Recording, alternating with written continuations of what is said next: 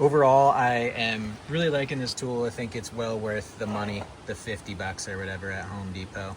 Definitely saving time. I bought this because originally I was going to be doing face screwing, one screw here and one screw here.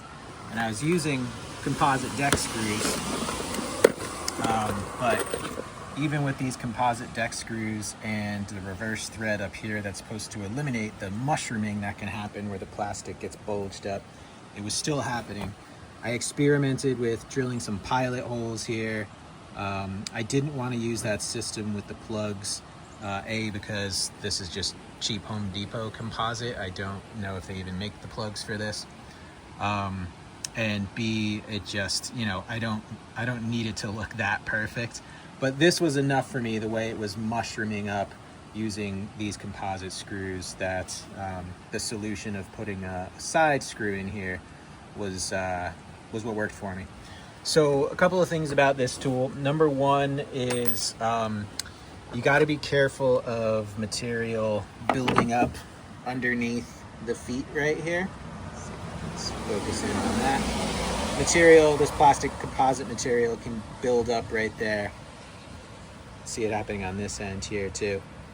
And so then when you go to put in here, it'll be loose like this, and it'll also raise up the depth of where you're screwing in.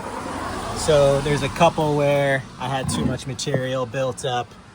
I can't find an instance here, but it definitely makes your hole higher and more visible if that gets bunched up there. So that's number one.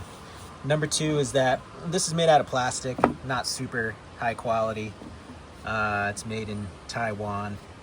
So when you go to crank on this, like if you put it on here and you're going to crank to really close this gap right here, if you're really pushing hard on it, you can see it has a lot of flex and it feels like it's gonna be, you know, break. So just be careful of that. I've just been using a pry bar. You know, I just stick it in the ground right here. This is a porch, so we're right on the ground. So I've just been sticking it in and using leverage that way if I need to close that gap there. The number three thing is, this is embarrassing, but I didn't realize at first that, so these camo screws, they go in the back here, and I was flipping the unit around each time and going here, and it took me 3 or 4 boards to realize, oh, there's one on the front too. So don't make that mistake like I did. You can put in screw on the front, screw on the back, wham, do the back one first, and then do the front one.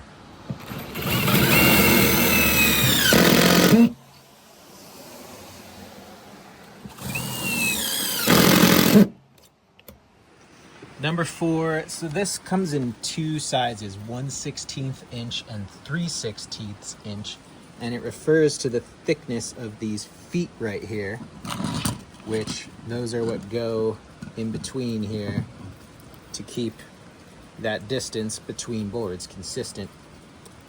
So I bought the 3/16 initially, and in my head, and what I just searching around online for how much gap there should be between deck boards, 3/16 seemed like the way to go, but the gap was huge, especially for here where I'm doing this on a front porch.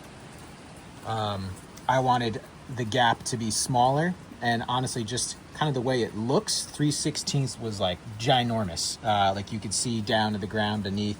And I know you need room for expansion and contraction as the weather changes and the temperature changes, but for me, I'm willing to roll the dice on the smaller 1/16 because it just looks cleaner to me. So just keep that in mind, that 3/16 might be bigger than you think it is once you actually start putting these down. And you might even want to buy both and return the one that you're not going to use.